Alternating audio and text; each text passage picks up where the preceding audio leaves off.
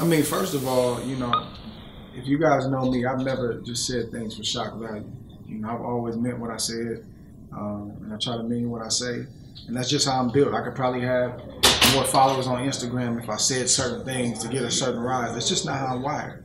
So I meant what I said. But, you know, as I've also said is, you know, once I sat with my family, sat with my team, you know, and we all discussed it, you know, we collectively decided we got a lot left in the tank. And I don't have anything to prove. This fight right here is for the fans. This fight is for my fans. And this fight is not to prove anybody wrong, because you're not going to win that battle. This fight is to prove everybody right that's been rocking with me, that's been believing in me, that's been fighting for me on social media and trying to get people.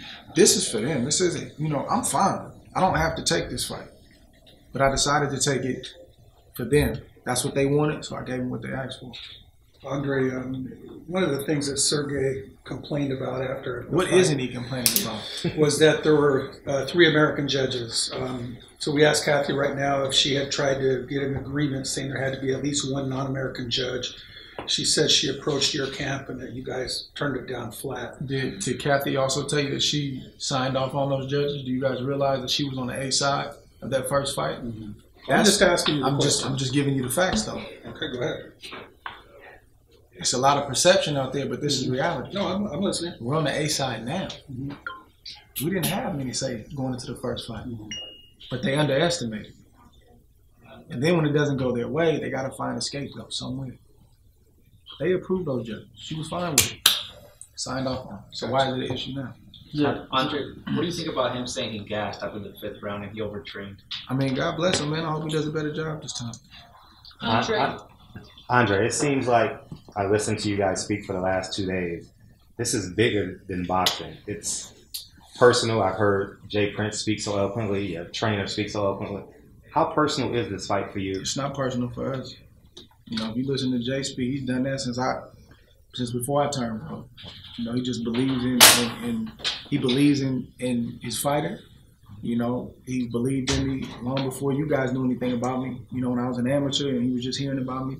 So that's just Jay being Jay. Jay believes in what, you know, and he's just not gonna let the other side, you know, put anything out without dealing with it and checking it. So that's that. But it's never personal with me. This fight isn't any more important than it was the first time. I've never seen you so visceral though.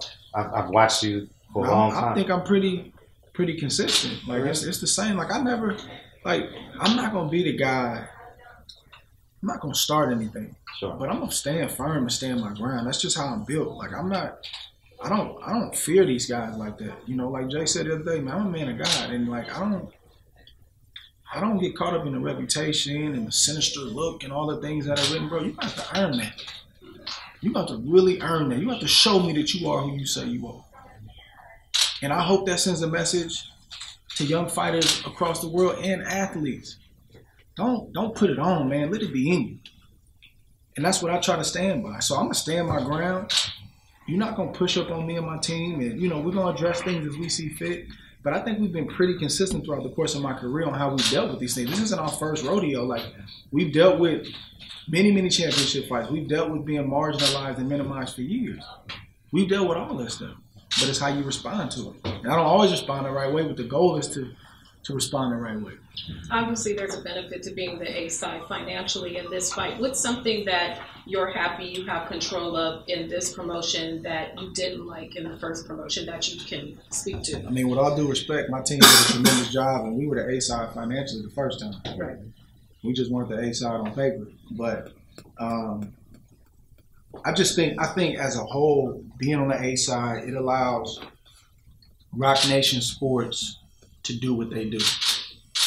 You know, Michael Yormark is working around the clock, and you're the head of Rock Nation Sports Division. What is it? Rock Nation. He's the head of Rock Nation, so that basically means that boxing is a small piece of what they do.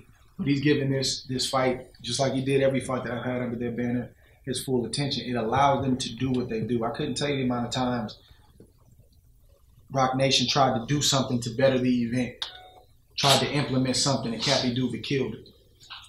just out of just wanting to be in control. But it's like, okay, what is the alternative? Well, I don't know. And I think that hurt the event. It was a good event, but I thought it could have been a great event the first time around. So now she has to take a back seat, which is why you see a lot of kicking and screaming, because things aren't in their control. And it allows Rock Nation to do what they do.